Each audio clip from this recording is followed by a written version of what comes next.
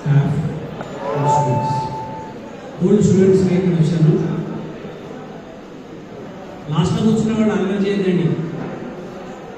సలహాలు అడిగారు, ఈ సలహాలు తక్కువ అని చెప్పారు. దయచేసి ఏమంటారు? దండు స్వామి సార్, మీ ఈ స్పీడ్ సరిపోదండి, ఇంకా చాలా స్పీడ్గా పనిచేయాల్సి వస్తుంది. ఎందుకంటే మీరు ఒకరి పనిచేస్తున్నారు, అది సరిపోదు. ఈ ఓల్డ్ బాయ్స్ పట్టుకోవడం ఒక ఎత్తు, మొబిలైజేషన్ ఒక ఎత్తు. First of all you have to identify the persons who are prominent.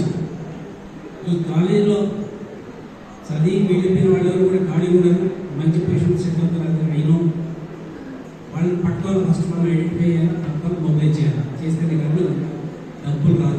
Sir మీ మాటలు తప్పు. అంటే డబ్బు లేకుండా ఏ పని చేయాలి సాధ్యం కాదు. ఎందుకంటే నేను స్వానుభవంతో చెప్తున్నాను.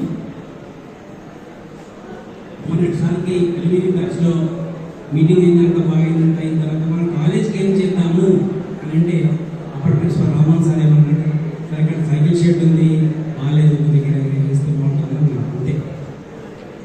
ఆ తర్వాత మేమంతా వాట్సాప్ గ్రూప్లో మనం అలాగే పరిస్థితి 5,25,000 ఐలాక్స్ అప్పటికప్పుడు జమ చేసి దగ్గర నుండి 4 రోజుల్లో కంపెనీషన్ చేయాలి.